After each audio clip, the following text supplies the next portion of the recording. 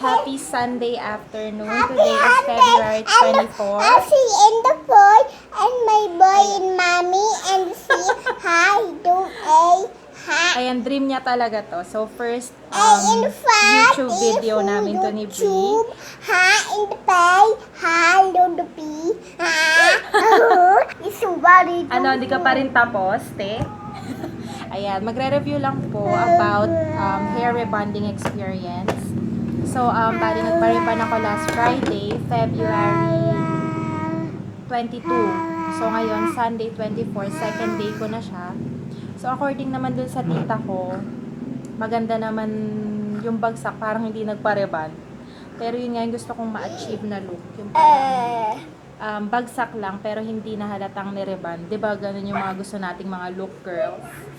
So, yun nga pala yung baby ko, si Baby Brielle. Tapos ako si Mami Ana. So, by tomorrow, i-update ko kayo ulit after ko na siyang ma-shampoo tsaka ma-conditioner. Tignan natin kung talagang bagsak pa din. Tapos, bali yung rebonding experience ko ay nagpa-rebond ako sa Reyes Hair Cutters along Casimiro Las Piñas. Tapos, nag-start kami, dumating ako doon 11, so nag-apply ng gamot. So, from 12, binabad siya for 2 hours, pa-retouch ng mga gamot. So, by 2 o'clock, parang binanlawan na siya. And then, from 2 to 4, pinansya yung buhok ko kasi medyo makapal talaga yung hair ko. Kaya doon nagtagal sa pagpaplansya ng hair.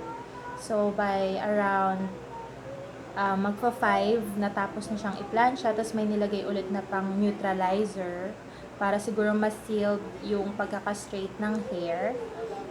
Tapos yun, natapos kami mga 5:30 or magsi-6.